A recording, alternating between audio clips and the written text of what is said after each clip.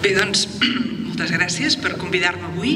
Jo també m'agradaria reprendre o continuar el discurs amb un punt que tu has anomenat, Manuel, quan deies això de que, de fet, definir què és d'esquerres doncs potser no és tan senzill, en el sentit que avui en dia, per moltes persones, se sent una mica, nosaltres aquí estem en una plataforma que es diu Esquerres pel sí. I, de fet, hi ha moltes persones que diuen ui, aquests estan una mica passats de moda. Això de les esquerres i les dretes, això ja... Al segle XXI sembla que hi hagi persones que els hi sembli que això ja no és el llenguatge que es porta, que això ja no és la distinció entre esquerres i dretes, doncs ja és una cosa que estaria bé poder deixar enrere per parlar d'una altra manera, diguéssim, per parlar, doncs això, de poble, de país, de societat, per unir-nos amb uns altres eixos i una mica doncs deixar enrere o deixar superada aquesta distinció. Llavors jo també havia pensat que aquesta intervenció d'avui al principi compartir amb vosaltres perquè jo personalment aquesta nomenclatura d'esquerres encara la faig servir perquè he signat aquesta plataforma i aquest manifest i doncs també ho vull posar en un context una mica més ample que és, per exemple, s'assembla molt al tipus de discussions que quan surts una mica dels cercles que s'autodefineixen com a esquerres, perquè si estàs en aquests cercles tothom ho té clar, però jo m'agrada veure avui que hi hagi tanta gent i estic assumint que alguns dels que heu vingut avui o no us definiu d'esquerres o fins i tot penseu això que ara estic dient i per això ho agafo per aquí. I dic que s'assembla el que en aquestes discussions em trobo també amb el que em trobo en l'àmbit feminista, per exemple. Hi ha persones que diuen ui, això del feminisme al segle XX encara va ser una cosa que estava bé, però ara es tracta de dir que estem a favor de les dones, per exemple, però no de fer servir la paraula feminista, perquè això ja no és necessari. O també m'hi trobo, i són àmbits molt diferents, però també m'hi trobo en l'àmbit cristià, quan em diuen sí, cristians sí, però catòlic, això de catòlic ja és una mica com si dividís, com si quan concretes una mica més doncs entris, evidentment, amb algunes d'aquestes línies on t'has de mullar, on t'has de definir, i això, per determinats nivells de discurs que són més teòrics, molesti o incomodi. I, en canvi, la meva percepció és que, amb tot el respecte per les opcions de cadascú, però el més interessant és anar tan a fons com es pugui. I en el context, per exemple, de la lluita pels drets de les dones, jo faig servir la paraula feminista perquè honoro una mica també el que has dit tu, Manuel, hi ha una fidelitat, hi ha un dir, escolta, que n'hi ha unes que, de fet, quan van anar a la Facultat de Medicina d'aquí de Catalunya, les primeres dones, els companys metges o estudiants de Medicina els orinaven a sobre des de les teulades, perquè trobaven inconcebible que les dones hi anessin. I aquestes es denominaven a si mateixes feministes. Doncs jo, diguéssim, en el segle XXI, si treballo a favor dels drets de les dones, vull que la paraula que faig servir honori aquesta lluita històrica i que no quedi difuminada. Doncs bé, si seguint aquesta línia jo penso què és el que per mi bàsicament dona sentit a parlar d'esquerra i de dreta, doncs on vaig a parar és a una constatació que és de fet que les persones, evidentment, ara diré una cosa i la diré assumint que hi ha unes inèrcies històriques que fan que les persones naixem en famílies que són molt, diríem, tenen una sèrie de possibilitats molt diferents que altres i per tant això és un factor fonamental. Però ara jo em situaré, faré una mica d'abstracció per dir, fins i tot, si no tinguéssim, que no és el cas, però fins i tot si no tinguéssim una societat tan marcada per les diferències socials i que, per exemple, a Barcelona, si es neix, si es viu en el barri de Nou Barris, que és un dels barris més populars, o si es viu al barri de Pedralbes, és la mateixa ciutat, però hi ha una diferència de 8 anys en l'esperança de vida. Estic parlant d'avui en dia. Avui en dia, a la ciutat de Barcelona, entre un barri i un altre, una diferència de 8 anys en l'esperança de vida. Les diferències, les desigualtats són immenses i aquestes és les que es troben un nen que neix avui en dia, una nena que neix es troba evidentment en un entorn que té diferències estructurals molt fortes. Però fins i tot si per un moment faig abstracció d'això, el que és obvi és que les persones no naixem amb els mateixos talents. Hi ha persones, hi ha avui també un discurs que diu no, tothom té una cosa bona o una altra, però és veritat que hi ha persones que són molt intel·ligents, hi ha persones que ho són una mica i hi ha persones que ho són molt poc. I és veritat que hi ha persones que són molt guapes i n'hi ha que no ho són tant i n'hi ha que no ho són gens. I amb totes les característiques, habilitat, per exemple, força muscular, habilitat amb les mans, habilitat de càlcul, habilitat, totes les habilitats, hi ha com una diferència d'entrada. Jo crec que aquesta constatació d'una diferència d'entrada, pensar que quan tu estableixes la societat amb una base competitiva, que les persones competeixin entre elles i que guanyi el millor, diguéssim, això necessàriament aboca a una desigualtat que, amb el pas dels anys, encara que comencéssim tots igual, acabaríem desiguals, perquè hi ha persones que neixen i això no és mèrit de la persona. Després és obvi que hi ha persones que treballen molt i n'hi ha que treballen menys. Això també és veritat. Hi ha persones que neixen amb un gran talent i el desaprofiten. Hi ha persones que neixen amb un petit talent i l'aprofiten. Això també és veritat. Però aquí és veritat que aquest diferencial de talents d'entrada ja ens el trobem i que qualsevol família que té uns quants fills ho pot constatar, encara que els eduqui igual. Doncs bé, hi ha una base per la societat que se'n diu la base competitiva, que el que diu és que la millor manera d'organitzar-nos és permetre la competitivitat, que la competitivitat, diguéssim, sigui la dominant de l'organització social. I per tant, que si una persona competint amb les altres, doncs arriba a tenir més, això se li ha de respectar d'una forma absoluta i aquí no hi ha ningú que pugui interferir amb això, perquè si intentem interferir amb això, el que farem és aconseguir una societat que serà pitjor per tota la resta. Posaré un exemple extrem d'això, però que malauradament es verifica a la pràctica en el nostre país. Margaret Thatcher, en els anys 80, va fer famosa una explicació que en deia la societat dels 2/3. I què volia dir la societat dels 2/3? Margaret Thatcher deia, sí, seria molt bonic poder governar per tothom, poder governar de manera que tothom en una societat pogués beneficiar-se'n, però, això deia Thatcher, això és impossible. I la història ens ha demostrat que això és impossible i que quan s'intenta encara s'acaba pitjor.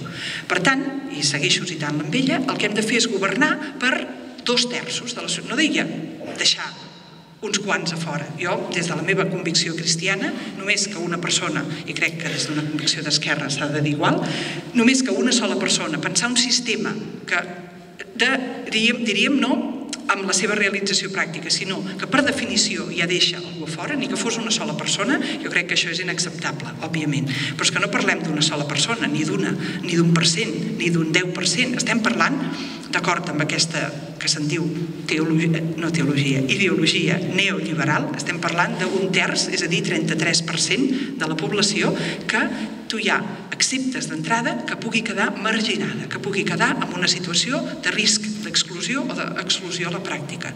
Per què he dit que això malauradament s'estava realitzant a la pràctica avui? És perquè l'estadística que jo conec, que em refio més sobre els índexs de pobresa a Catalunya avui, que és la que es diu INSOCAT, els indicadors socials de Catalunya, aquí ens diuen que hi ha avui a Catalunya un 30% amb risc d'exclusió social. I aquestes s'acosten en aquesta, diríem, previsió teòrica que feia Margaret Thatcher. Doncs bé, jo crec que aquest acceptar la base de la competitivitat com a base de l'estructuració social és el que jo entenc que és ser de dretes. I no és incompatible ser de dretes amb ser caritatiu, amb tenir bon cor i amb dir, com que la competitivitat genera desigualtats, doncs després jo faré una fundació i amb aquesta fundació aniré a donar diners a qui no en té. Però això és un gest caritatiu que es fa perquè la societat ha permès que aquestes desigualtats de base i les acumulades històricament generin unes desigualtats, diríem, cada vegada més profundes. Jo entenc que ser d'esquerra significa dir no, jo no vull una societat que en pugui fer avantatge social d'aquesta distribució que és plural i que és diferencial de talents. Això és una cosa que Déu la dona i qui no cregui en Déu, doncs la natura o el que sigui, la vida te la dona, és una obvietat, és un fet de vida que hi ha una distribució desigual de talents. Molt bé, doncs el que és d'esquerres, entenc jo, diu aquesta distribució és pel bé comú. I hem de veure com organitzem això, que no és fàcil, que és un repte organitzar-ho. Però aquesta per mi seria la diferència de base. Que això a la pràctica ens porta a societats completament diferents és obvi, i jo, com que he viscut als Estats Units, on aquesta ideologia de la competitivitat és tan prevalent, doncs us puc comentar aquesta anècdota que és, la part que conec més directament és la part mèdica, no? I la part mèdica és haver estat de guàrdia a l'hospital i saber que la persona que arribava a urgències jo no la podia visitar, primer havia de passar per un taulell on li preguntaven si tenia diners per pagar o no, si tenia assegurança o no. Si en tenia, jo la podia veure, i si no en tenia, aquesta persona se n'havia d'anar. És així de cruixo. Jo crec que ara aquí a Catalunya comencem a intuir una mica, però que encara estem molt lluny del que significa la privatització de la sanitat, que és el que està passant aquí. Jo allà ho vaig viure i vaig viure casos tan greus com el d'un senyor que em va venir a veure perquè feia un any que tossia sang, i al dir-li jo, escolti, un any tossint sang, com és que no he vingut abans? Em va dir, miri, és que la meva filla petita, jo en tinc 4, la petita ha d'acabar la universitat i a casa no tenim diners per pagar-li a la universitat i pagar el que pugui ser la despesa mèdica de fer ara l'examen del meu tossir sang, de què pot ser. Per tant, m'he esperat que la nena acabés la universitat i llavors, ara que ja està graduada, jo vinc a veure que m'estudiïn això. Aquest senyor va tenir un càncer de pulmó i es va morir. Si hagués vingut un any abans, s'hauria salvat? Jo no ho sé, perquè el càncer de pulmó de vegades és molt dolent, però potser sí. I jo crec que és intolerable que aquesta situació ens organitzem socialment tenint en compte que això pugui passar. Jo he estat ara a Alemanya, ara he tornat, he passat un any allà i he estat professora a la universitat pública. Tenia un sou com a professora i tenia una assegurança que jo hauria volgut que fos a la Seguretat Social alemanya, però no ho ha pogut ser perquè no n'hi ha pròpiament com aquí de Seguretat Social alemanya. I el que he hagut de fer és anar a buscar una assegurança privada, però que me la pagava la meitat la universitat i l'altra meitat m'ho deduïen del sou. Doncs bé, per fer-ho ben curt, després de tot un any que per sort no he tingut cap problema de salut, ara que ja havia de tornar vaig pensar, home, potser que ho amortitzem això perquè eren 400 euros al mes d'aquesta assegurança. Dic, almenys m'aniré a fer una analítica, a veure com estic. Vaig anar al metge de capçalera per fer una analítica i em va dir, és que vostè té aquesta assegurança que de fet és, allà li diuen l'assegurança com si fos la Seguretat Social, que no és una privada, que ara que és amb una companyia, s'entén això? Que ara que és amb una companyia privada però ho està pagant l'Estat, diguéssim. Per tant, li diuen assegurança de l'Estat. Amb aquesta assegurança de l'Estat de més de 400 euros al mes, pagats durant tot aquest any, em va dir, el metge diu, a vostè, com que té aquesta assegurança, i no és la privada, sinó aquesta, només li puc mirar el colesterol i la glucosa. Això m'ha passat fa un mes, just. La qual cosa és indignant, és ridícula, i a més, per què el colesterol? És que és el més important per mirar? Òbviament que no. Òbviament que seria molt més, diríem, mèdicament fonamentat mirar, per exemple, l'hemoglobina, no? Amb una dona encara relativament jove, doncs l'hemoglobina pot ser un valor que, si n'has de mirar un, però per què es mira el colesterol? Perquè darrere hi ha tota la indústria dels medicaments per vendre el colesterol.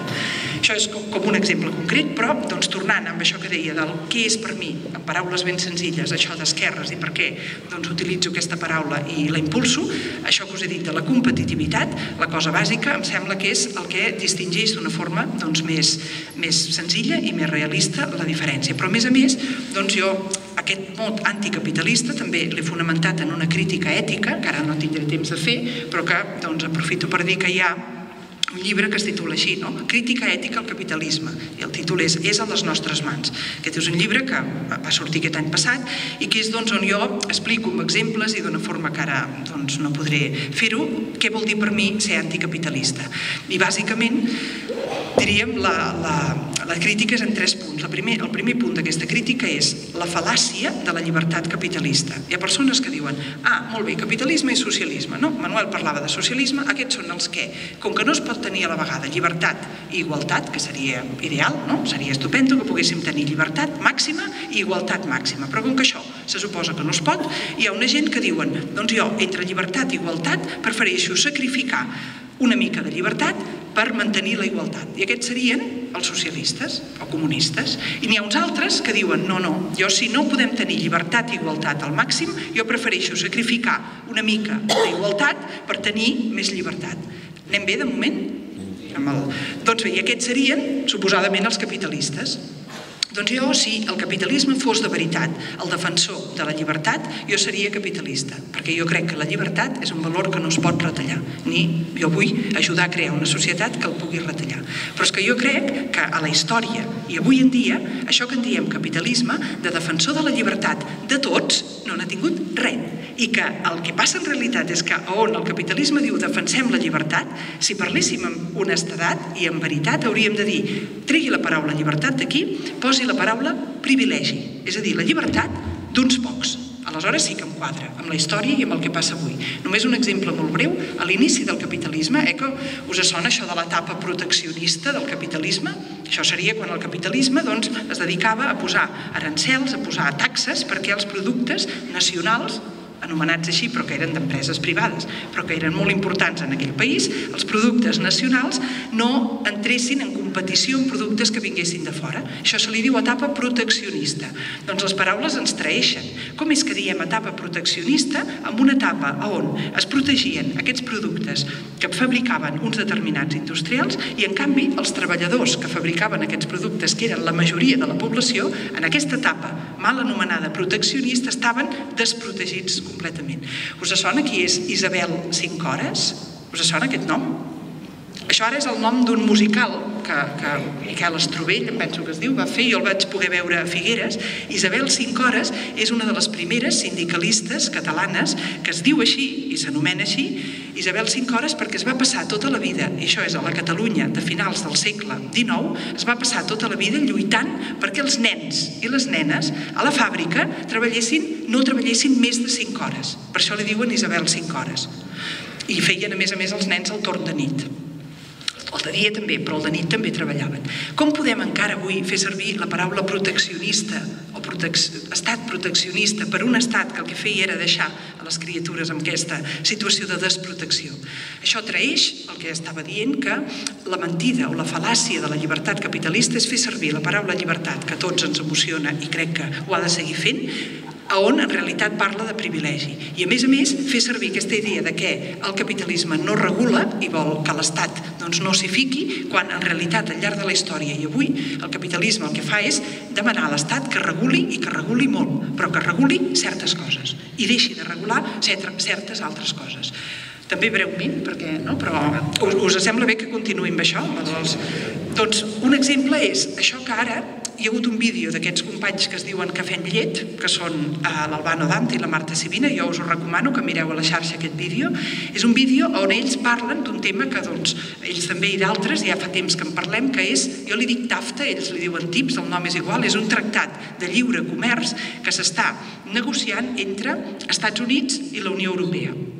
Aquest tractat de lliure comerç, veus, fa servir aquesta paraula que el capitalisme sempre la fa servir com si fos seva, i de vegades, ja he dit al principi, liberal, llibertari, queda per una altra tradició, però liberal i llibertat sembla que sigui cosa dels capitalistes, i jo estic insistint que aquesta és la primera, crec, pena que ens hem de treure dels ulls per poder veure la realitat amb un mínim d'objectivitat històrica i actual. Per això he posat un exemple històric del proteccionisme i ara un exemple actual.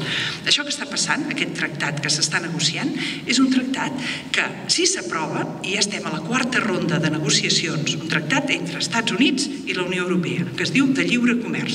Si aquest tractat s'aprova, i jo desitjo que no s'aprovi, que entre tots ho impedim, i que si és que s'aprovés Catalunya independent digui jo amb això no hi vull tenir res a veure, aquest tractat, si s'aprova, donaria a les empreses multinacionals, qualsevol empresa, però les que ho exerceixen, això que ara explicaré, són les grans empreses multinacionals, els hi donaria el dret de denunciar a un Parlament, és a dir, a un estat sobirà, denunciar-lo si aquest Parlament passa una llei que afecta els seus interessos. Us imagineu això? A la pràctica, què vol dir? L'exemple que us puc posar, perquè ho pugueu mirar si voleu, és el dia de Santa Llúcia del passat, o sigui, el 13 de desembre del 2013, aquest diari que es diu New York Times va publicar un article que deia: el país de Namíbia, a l'Àfrica, va aprovar una llei l'any 2010 per poder regular el consum de tabac a Namíbia, al seu país. Regular-lo com?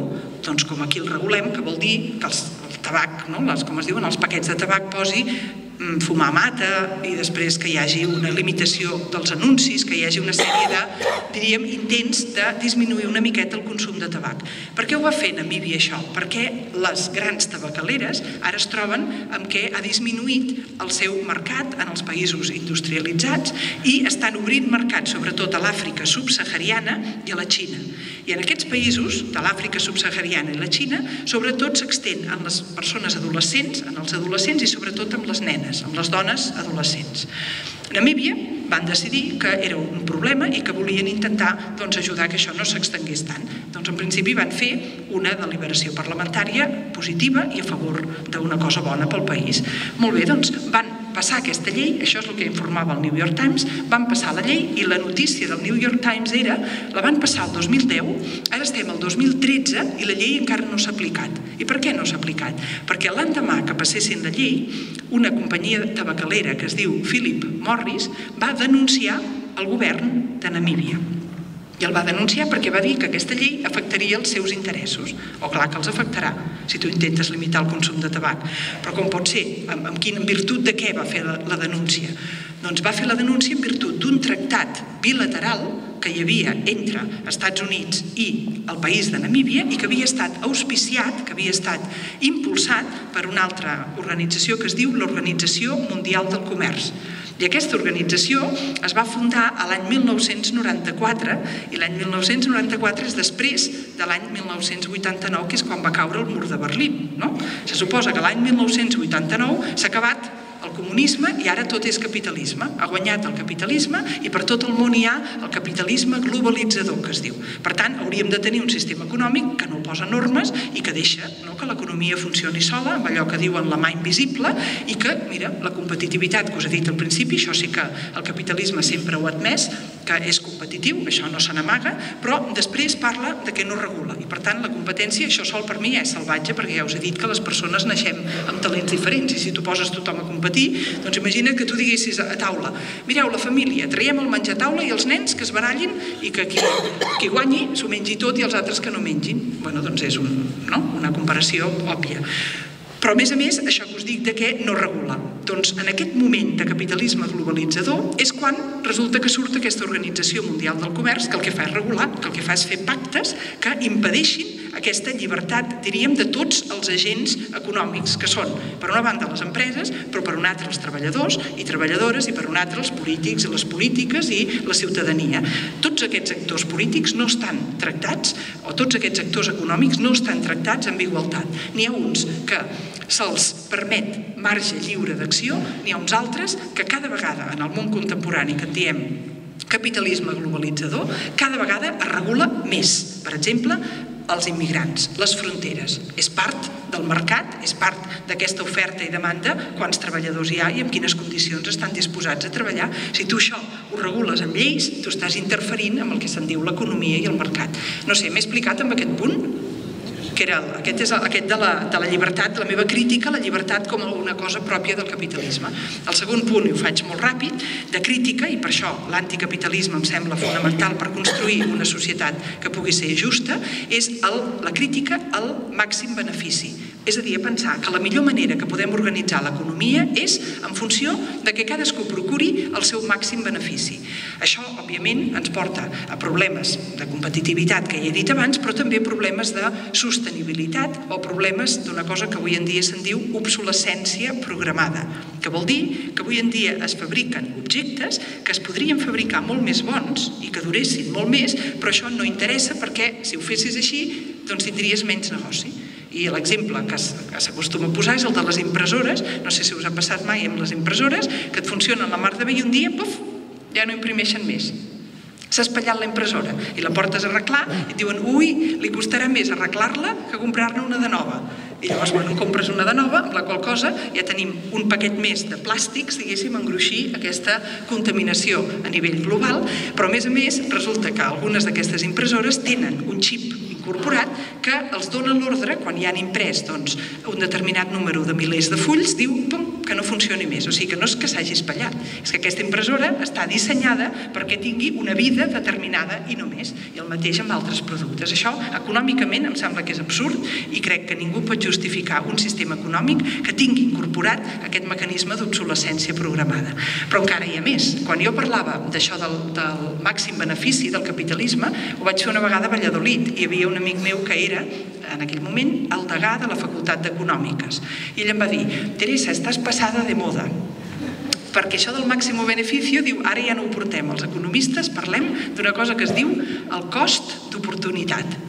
Li vaig dir: molt bé, doncs vostè m'ho explica i jo després ja miraré de dir-ho també. I què és el cost d'oportunitat? Per dir-ho així ràpid i fàcil, el cost d'oportunitat és, en el context capitalista, i per això jo soc anticapitalista, en el context capitalista, qualsevol accionista, tu tens accions d'una empresa i tu tens el dret d'exigir-li al gerent de l'empresa que a final d'any, quan passi comptes, et demostri que ha aconseguit tenir el màxim benefici. Però el problema és com se sap que has aconseguit el màxim benefici.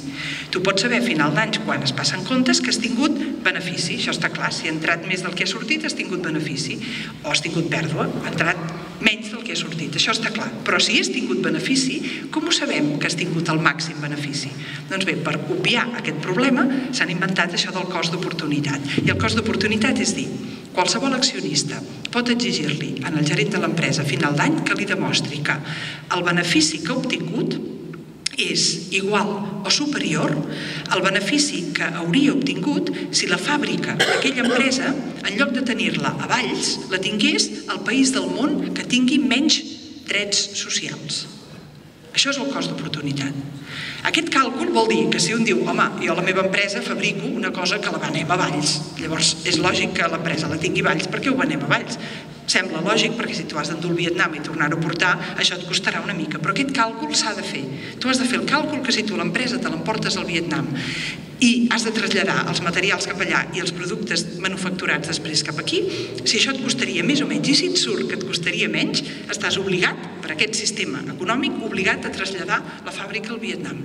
Amb la qual cosa no només és això de les deslocalitzacions d'empreses que no tenen en compte els valors d'inserció social, de treballar en un context i en un entorn i ser, diríem, responsable en la comunitat que t'està donant de menjar, sinó que es genera a nivell internacional el que se'n diu una competitivitat perversa, perquè es beneficia, es premia en els països que tracten més malament els treballadors.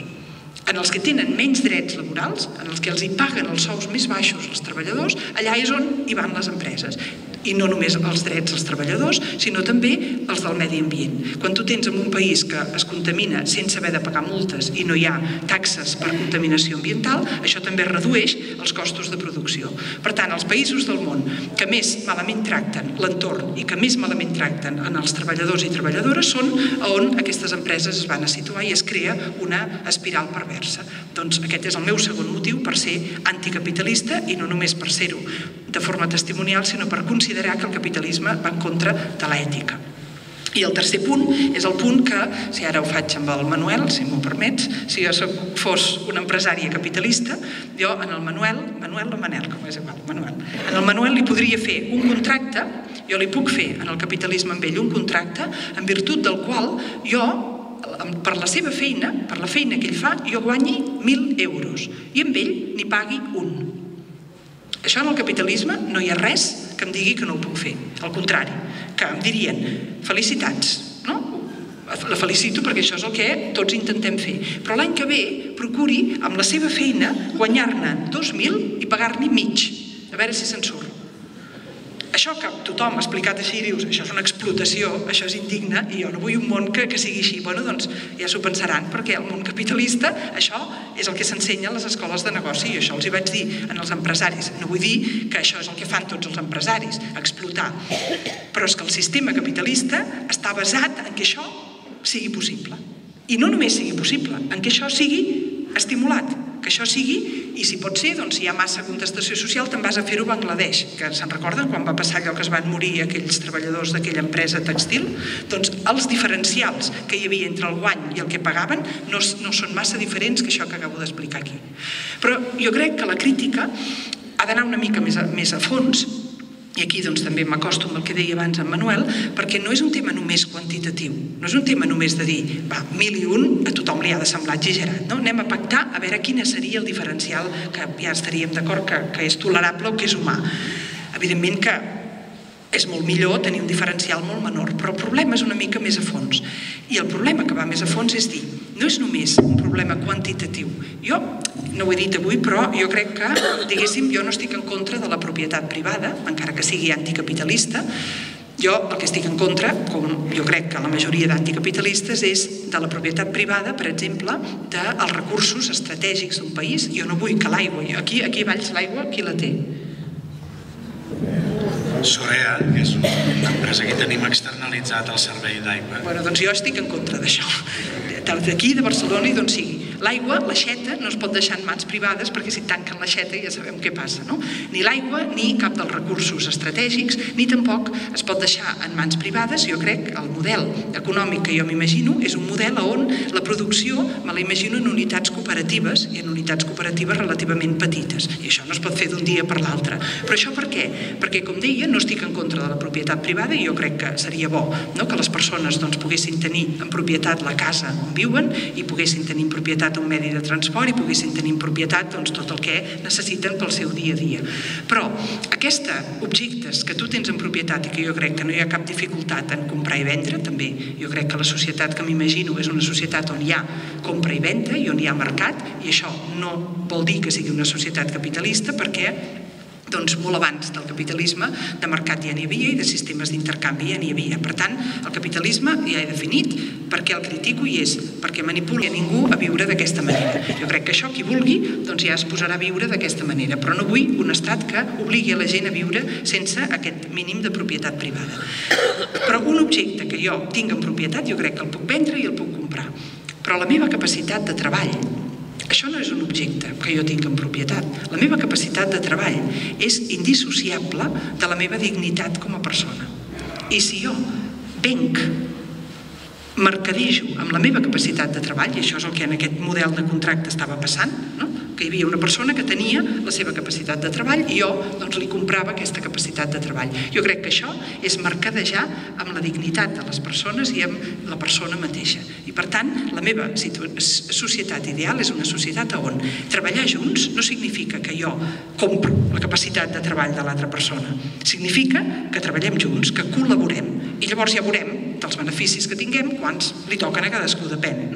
Si un ha treballat més, doncs potser n'hi toquen més. Jo també estaria a favor d'un sistema que diguis, home, si un ha treballat més i l'altre necessita més i l'altre necessita menys, això és el que fem al monestir, no? Llavors, qui necessita més n'hi donem més i qui no necessita tant, no. Però ja estaria d'acord en dir, mira, si l'altre ha treballat el doble, tu dona-li el doble. Però la relació laboral és una relació de col·laboració, no una relació de patró i d'assalariat. M'he explicat amb això? Doncs això és la crítica, diríem, que va fer Marx a la plusvàlua, aquest tipus de relacions que són relacions d'explotació, no només pel tema quantitatiu, quina és la quantitat que es guanya un i quin és el sou que rep l'altre, sinó sobretot per un tema qualitatiu, un tema de fons. Ara, de temps anem poquet, doncs dic alguna cosa. Doncs bé, volia contextualitzar això de l'anticapitalisme i de les esquerres, com jo ho veig, de forma senzilla, després si preguntem, doncs aterrant ara i aquí, en aquest model de país nou, jo si a Catalunya poguéssim tenir això que diuen alguns, que diuen, sí, molt bé, d'acord amb tot això, però primer anem per la independència i després ja discutirem el model de país, no? Que es diu això de vegades.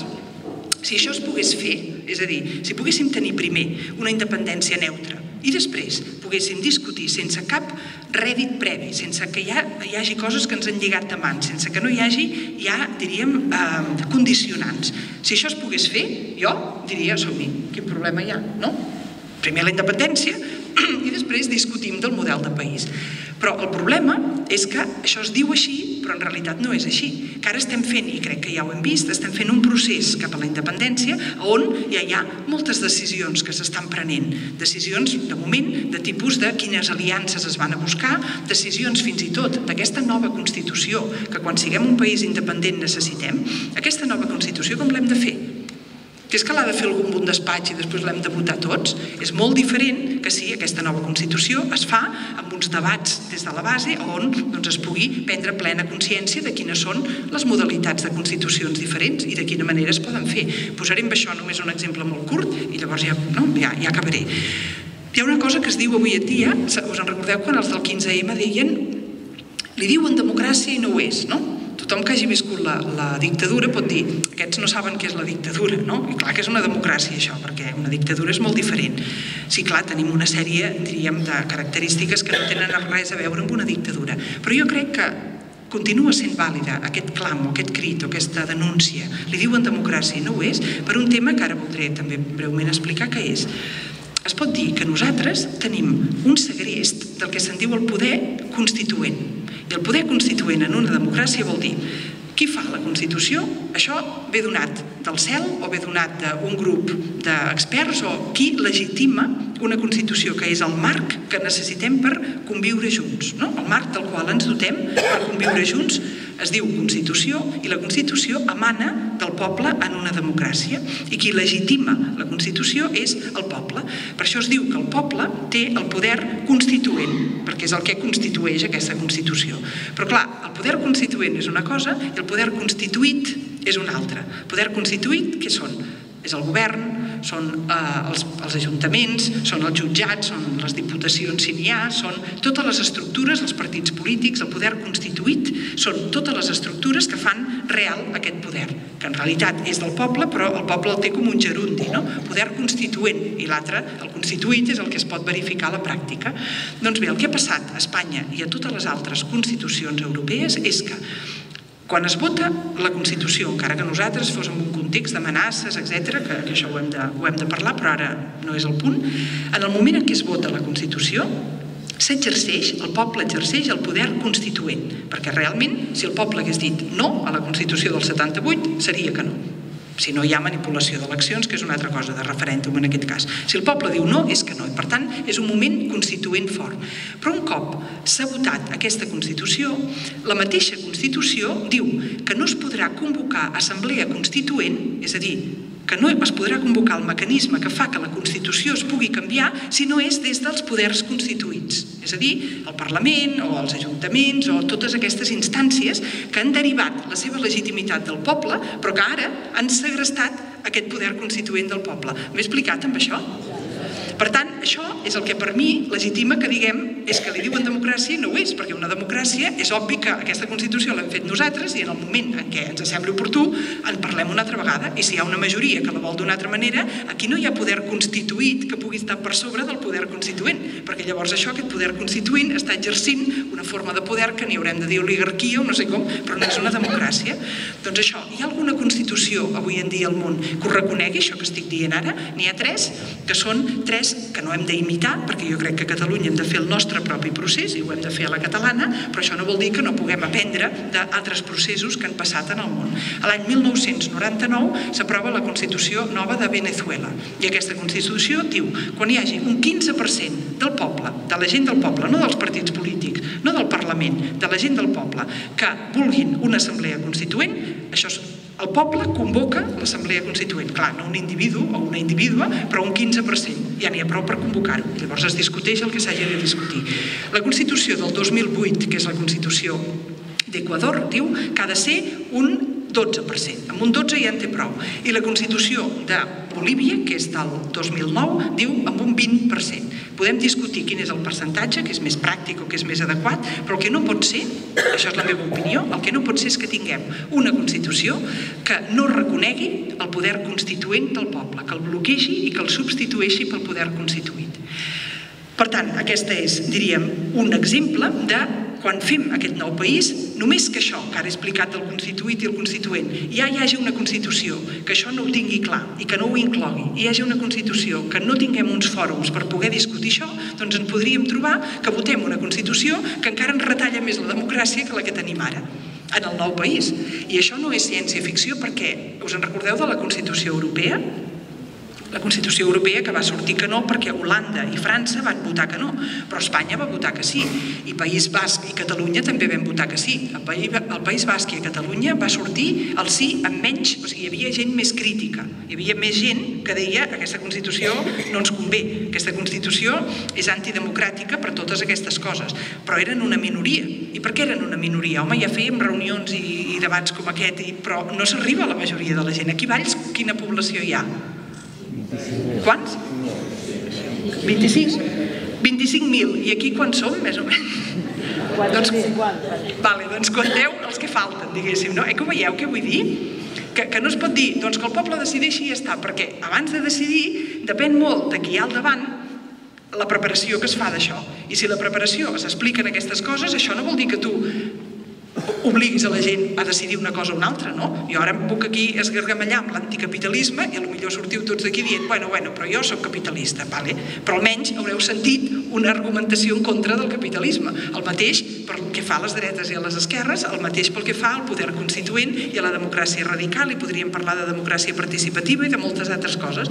Però clar, això s'ha de fer i això no es pot fer en 5 minuts. Ara ja m'estic allargant massa i això s'ha de fer en debats on un hi vagi una vegada, després hi torni a anar, s'ho pensi, s'ho repensi, això de sortir a la televisió, això de sortir a les ràdios, això hi ha d'haver uns tertulians i una gent que ho debati que tinguin amplitud de mires i que hi hagi diferents visions. O sigui, jo no vull excloure cap visió, però no, jo ara estaria debatent perfectament amb algú que tingués una visió completament contrària. Però aquests debats plurals, si no els tenim, quan arribi el moment de votar aquesta futura Constitució del nostre futur país, no tindrem, diríem, la consciència de tota la pluralitat i de totes les conseqüències que això ens pot portar i de les opcions que tenim. I per això jo crec que és molt important que en aquesta, diríem, preparació per a aquest país independent, i si acaben havent-hi aquestes eleccions avançades, anticipades, plebiscitàries o constituents, que deia el Gerard, doncs jo també estic d'acord amb el que ell deia d'omplir-les de contingut constituent, que per mi significa que aquest debat que aquí ara comencem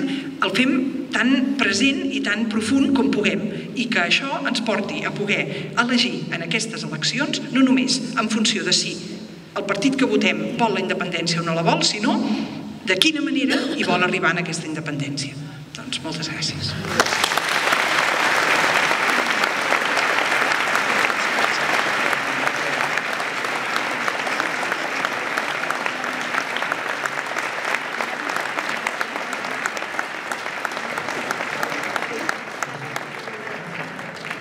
Bé, doncs,